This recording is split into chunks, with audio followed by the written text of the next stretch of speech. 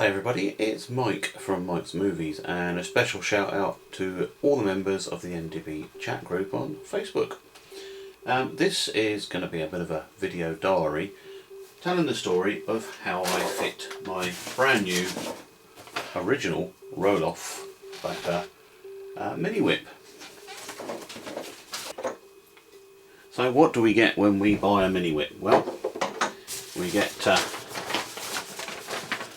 letter and circuit diagrams from Roelof and advice on how to install it, and that bit comes next.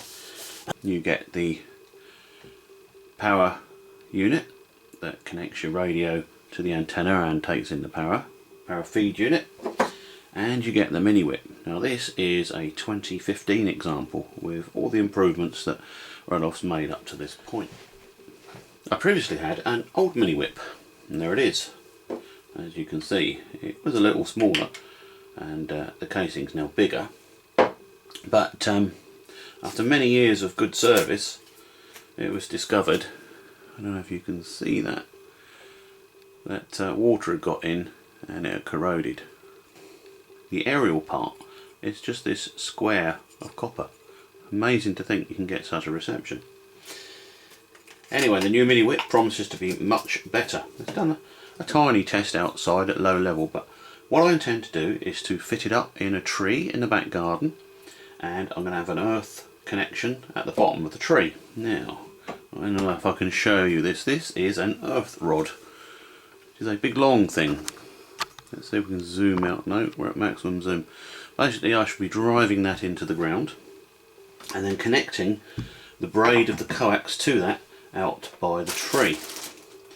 I have some new coax, some self-amalgamating tape, which is absolutely vital to seal everything up afterwards.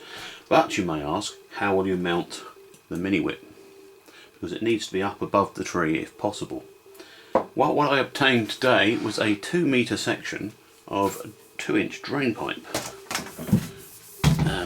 which is far too big to move around in this little room. And the MiniWhip will fit inside, look, perfectly.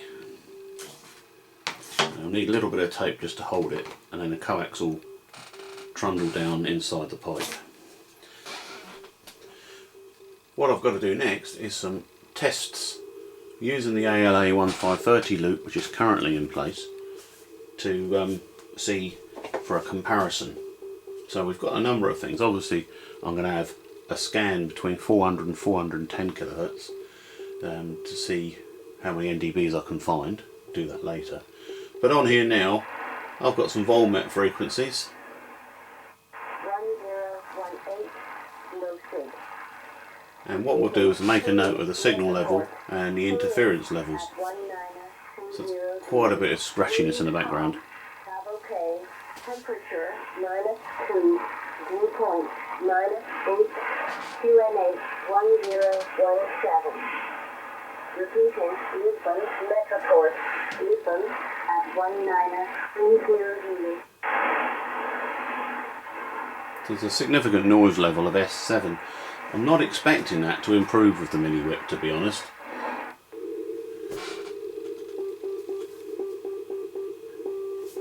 And there we have my local NDB SHM in Shoreham, with LL Lille in France in the background.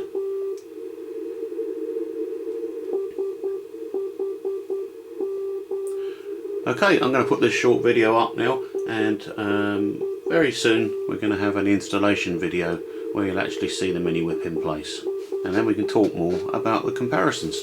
See you later.